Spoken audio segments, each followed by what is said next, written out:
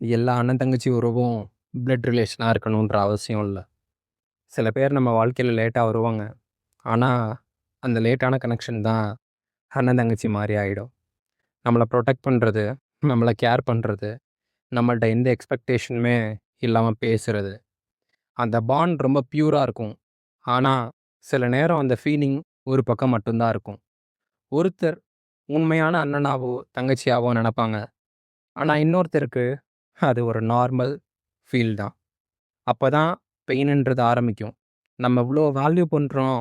ஆனா, அவங்களுக்கு அது புரிய மாட்டேங்குதே அப்படின்னு. நான் பிளட்டட் அண்ணன், தங்கச்சி பாண்ட்ல வேர்ட்ஸ் எல்லாமே ஒரே மாதிரி தான் இருக்கும். நான் இருக்கேன், கேர் பண்றேன் அப்படின்னு.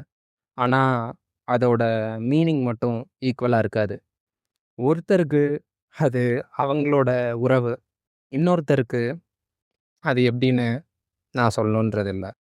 அதனால தான் அந்த பாண்ட் பிரேக் ஆனா, அந்த உண்மையா தன்னோட உறவுன்னு நெனைக்கிறவங்களுக்கு சொல்ல முடியாத வலிகள் வரும். பிளட் இல்லாத ரிலேஷன்ஷிப் எப்பயுமே 2 சைடு ஈக்குவலா இருந்தா தான் ஸ்ட்ராங்கா இருக்கும். இல்லன்னா, அது ஒன் சைடடா ரொம்ப வலியுடையதா தான் இருக்கும். இந்த வீடியோ உங்களுக்கு ரிலேட்டா இருந்துச்சுன்னா, லைக் பண்ணுங்க. இன்னும் இதே மாதிரி வேற எதனா டாபிக் பத்தி பேசலான்னு நெனச்சீங்கன்னா, கமெண்ட் பண்ணுங்க.